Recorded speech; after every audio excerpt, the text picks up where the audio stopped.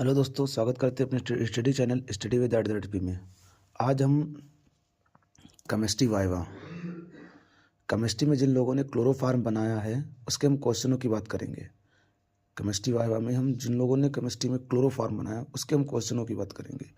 तो पहला क्या है, पहला का क्लोरोफार्म सूत्र क्या होता है क्लोरोफार्म का? CHCl3। क्लोरोफार्म का सूत्र क्या होता है? CHCl3। इसका IUPAC नाम क्या होता है? 1,1,1 ट्राईक्लोरोमेथेन। क्या होता है IUPAC नाम? 1,1,1 ट्राईक्लोरोमेथेन। इसका क्रियात्मक समूह क्या होता है? X, hydrogen. इसको RX बोलते हैं। इसका क्रियात्मक समूह क्या होता है? X होता है ये वाला। अणुभार इसका कितना होता है? इसका अणुभार 119.5 करके होता है। इसका अणुभार कितना होता है? लगभग 119.5 करके इसका अणुभार होता है। इसकी संरचना की बात की जाए तो संरचना इसकी इस प्रकार से बनती है। C, इधर एक H लगा दो, इधर X लगा दो, मतलब Cl लगा दो, X की जगह पर Cl, और इधर Cl लगा दो और एक ऊपर Cl लगा दो।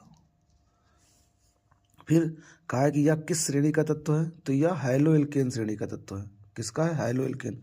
हैलोएल्केन में भी वो किस श्रेणी का है? हैलोएल्केन में बात करें तो ये है ट्राई हैलोएल्केन। क्या है ये? Try haloalkane. ट्राई हैलोएल्केन, ये ट्राई हैलोएल्केन है। ध्यान रखना ये क्या है? ट्राई हैलोएल्केन है। इसका रासायनिक सूत्र तो हमने पहले बता दिया, CHCl3। ये भी पूछा जा सकता है। फिर क्या अगला क्वेश्चन बन सकता है? इसके दो उपयोग लिखिए, ये भी पूछा जा सकता है। तो टेफ्लॉन बनाने में इसका उपयोग किया जाता है। टेफ्लॉन नामक बहुलक होता है। अच्छा, टेफ्लॉन का उपयोग कहाँ पर किया था? ये भी पूछ सकते हैं। टेफ्लॉन क्या है? बहुलक है। इसका उपयोग नॉन स्टिक बर्तन, ना चिपकने वाले बर्तनों में किया था। निश्चेतक के रूप में तो जानते हो क्लोरोफार्म का उपयोग निश्चेतना के रूप में किया था, बेहोश करने में किया था। कहा फिर इसका एक परीक्षण लिखो। फिर कहा क्लोरोफार्म का एक परीक्षण। तो क्लोरोफार्म का एक परीक्षण, तो शुद्ध यदि क्लोरोफार्म है, शुद्ध क्लोरोफार्म है, वो सिल्वर नाइट्रेट के साथ कोई भी अवक्षेप नहीं देगा। क्लोरोफार्म को सिल्वर नाइट्रेट के साथ गर्म करोगे तो नो पीपीटी, कोई भी पीपीटी नहीं बनेगी। अर्थात इसका मतलब है क्लोरोफार्म हमारी क्या है? शुद्ध है।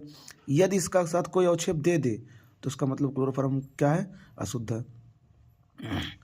अच्छा, क्लोरोफार्म अशुद्धि होता तो क्या होगा? क्लोरोफार्म अशुद्ध होगा तो वो ऑक्सीकरण करके फास्जिन गैस बना लेगा। ये देखो लिखा फास्जिन गैस का सूत्र COCl2। ये फास्जिन है और ये फास्फिन है। PH3 जो है ये हमारी फास्फिन है।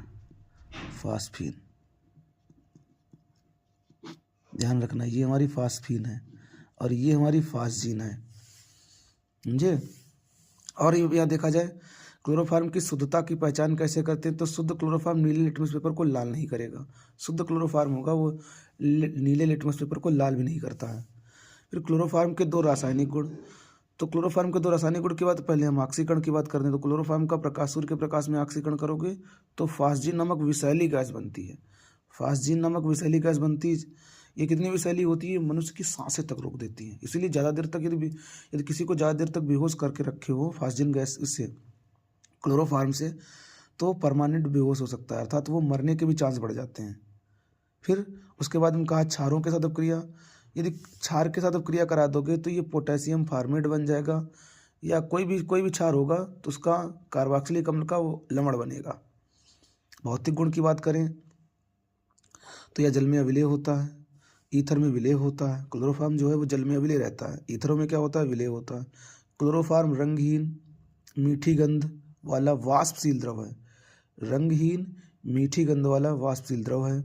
इसका क्वथनांक जो होता है वो 61 डिग्री सेल्सियस होता है। क्वथनांक कितना? तो क्वथनांक पूछा सकता है। इसका क्वथनांक होता है 61 डिग्री सेल्सियस। ऐसे ये भी हम कह सकते हैं यौगिक और मिश्रण में अंतर बताइए। तो यौगिक दो या दो से अधिक तत्वों के निश्चित अनुपात में रासायनिक संयोग से जो बनता है उसे हम क्या कहेंगे? यौगिक। मिश्रण दो या दो से अधिक तत्वों को या द्रवों को किसी भी अनुपात में मिला दो तो जो बनेगा उसे मिश्रण कहेंगे। इसके अवयवों को भौतिक और रासायनिक विधियों द्वारा पृथक नहीं कर सकते यौगिक को, और मिश्रण को हम भौतिक या रासायनिक विधियों द्वारा हम पृथक कर सकते हैं।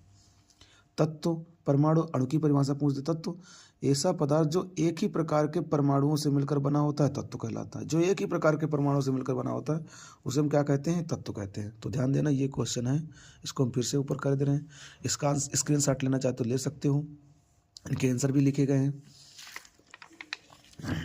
फिर है परमाणु। परमाणु क्या होता है? परमाणु वह छोटा से छोटा कण जिसमें किसी तत्व के कोई भी तत्व उसकी रासायनिक पहचान खोए बिना विभाजित होता है, तो क्या कहलाता है? परमाणु कहलाता है। अणु क्या होता है? दो या दो से अधिक परमाणुओं के समूह को अणु कहते हैं। फिर है 3 प्रबल और 3 दुर्बल अम्लों की बात की, तो प्रबल अम्ल 3 ये लिखे हैं, Cl है, HNO3 है, H2SO4 है, ये हमारे प्रबल अम्ल हैं, HCl, HNO3, H2SO4। दुर्बल अम्ल सभी ये सब देखो, सभी कार्बनिक अम्ल दुर्बल होते हैं। एसिटिक अम्ल है, फार्मिक अम्ल है, बेंजोइक अम्ल है, कार्बोनिल अम्ल है, सब हमारे कैसे हैं? दुर्बल अम्ल हैं। 3 प्रबल और 3 दुर्बल क्षारों के नाम। प्रबल क्षार में KOH, NaOH, कैल्शियम हाइड्रोक्साइड।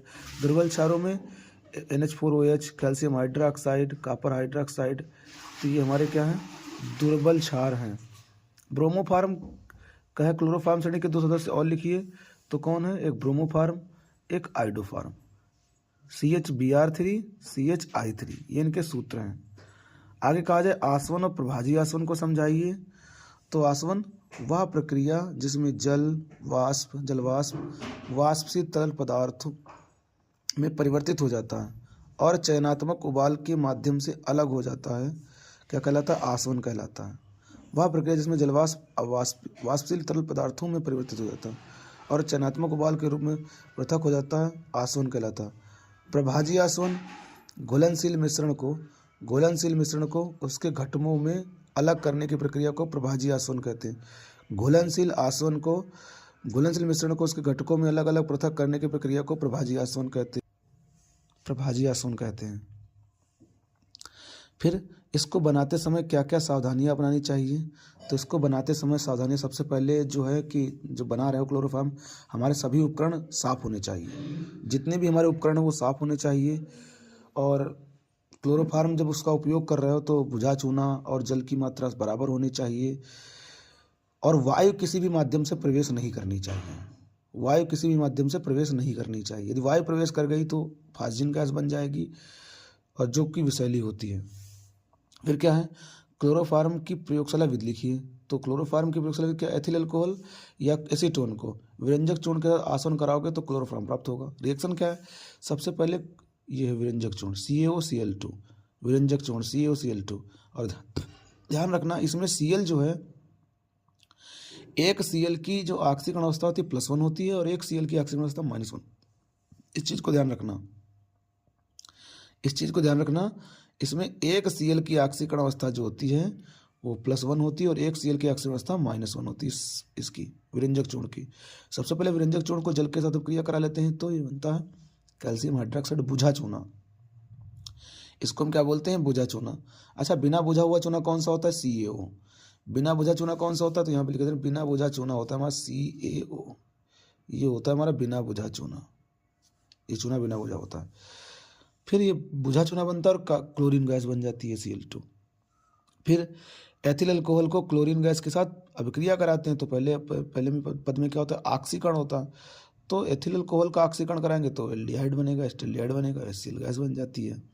फिर एसिटिल्डिहाइड का क्लोरीन के साथ अभिक्रिया करो, हाइड्रोजनीकरण होता है तो ये बनता है क्लोरल से Cl3CHO। ये इसका नाम क्या है? क्लोरल। इसका नाम क्या है? एसिटिल्डिहाइड। इसका नाम क्या है? Calcium hydroxide. तो क्लोरल को हम कैल्शियम, ये बना था ये वाला कैल्शियम हाइड्रोक्साइड, जिसे हम बुझा चूना कहते हैं, क्रिया कराएंगे तो क्लोरोफार्म बन जाएगा, कैल्शियम फार्मेट बन जाएगा। और भी चीज़ें बनती हैं तो उनकी हम जिक्र नहीं करेंगे, हम मुख्यतः इनकी बात करेंगे। हमें केवल क्लोरोफार्म बनाना है। तो ये क्लोरोफार्म की हमारी रिएक्शन है, इसका तुम स्क्रीनशॉट ले सकते हो। तो क्लोरोफार्म श्रेणी के 2 सदस्य कौन है? क्लोरोफार्म, ब्रोमोफार्म। तो ये प्रबल अम्ल दुर्बल अम्ल भी पूछे जा सकते हैं, प्रबल क्षार दुर्बल क्षार भी पूछे जा सकते हैं। परमाणु अणु, यौगिक आसवन, प्रभाजी आसवन, ये मुख्य हमारे क्वेश्चन है जो बन सकते हैं। तो हमने वायु में बात की, काहे के वायु की बात की हमने, तो हमने केमिस्ट्री वायु में क्लोरोफार्म की बात की।